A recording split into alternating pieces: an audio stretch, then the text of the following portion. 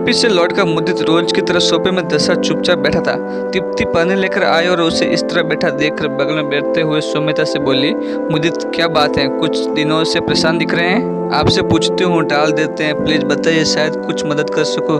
हालांकि तृप्ति को उम्मीद कम थी कि मुदित कुछ बताएगा, फिर भी उसने मुदित की हथेली अपनी हथेली में रखते हुए कहा देने से मन हल्का हो जाता है। इस बार मुदित ने तृप्ति की ओर देखा, गहरी सांस ली और हल्के से बोला, तुम कहती हो कि तुम मेरी खुशी के लिए कुछ भी कर सकती हो।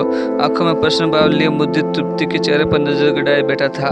इस सवाल से आश्चर्यचकित तृप्ति ने मुस्कुरा कर कहा, आपको मेरे प्यार और समर्पण पर कोई शक है क्या? हाँ, मैं आपकी खुशी के लिए कुछ भी कर सकती हूँ। इस बार मुदित ने अटकते हुए कुछ बेसम शब्दों को मुंह से निकाला, मैं सहकर में रिया से प्यार करता हूँ और वो भी, हम दोनों शादी करना चाहते हैं, तुम समझ रही हो ना। बात पूरी होने तक तृप्ति मुदित का हाथ छोड़ चुकी थी, आंखें डबडबा रही थी और रक्तचाप गिरने की वजह से शरीर कांप रहा था। वो उठी और अपने कमरे में बंद हो गई। ये क्या हुआ?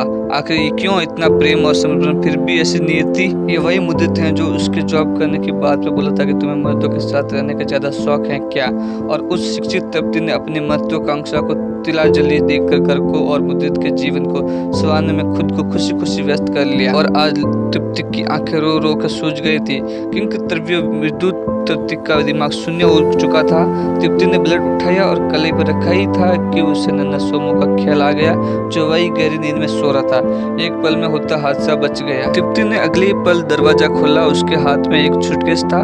मुदित चुपचाप खड़ा था। तृप्ति ने उसे सूटकेस पकड़ाते हुए डरते से कहा, हाँ, आपकी खुशी के लिए कुछ भी कर सकती हूँ, आपको आजाद कर रही हूँ। अपनी प्रेमिका के साथ चाहे जहाँ जाकर रहो, ये मकान मेरे नाम पर लिया गया था, तो लीगली इसकी मालकिन मैं हूँ, और हाँ, वो दोनों फ्लैट भी मेरे ही हैं। ये कार की चाबी यही रखते जाना, मेरे पापा ने दी है, अब आप जा सकते हो। अवाक खड़ा मुदित घर से निकल लिया। उसे शांत सौम्य तृप्ति और कुछ और ही उम्मीद थी। 2 घंटे बाद ही मुदित वापस दरवाजे पर था।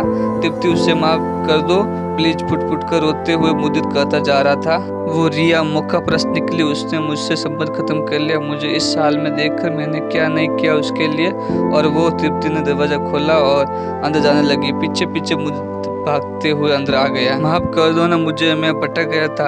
मौका परस्त तो तुम भी हो मुदित, पर मैं तुम्हारे जैसे नहीं हूँ। तुम इस घर में मेरे साथ तो रहेंगे, पर अब मेरा प्यार, समर्पण और भावना तुम्हें नहीं मिलेगी। तुम अब मेरे पति नहीं हो। मेरा पति उस दिन खो गया था जब उसके मन में किसी और के लिए आकर्षण पैदा हुआ था। अब तुम सिर्फ एक प्रोजेक्ट हो, कहकर तृप्ति सोमू को लेकर अपने कमरे में चली गई।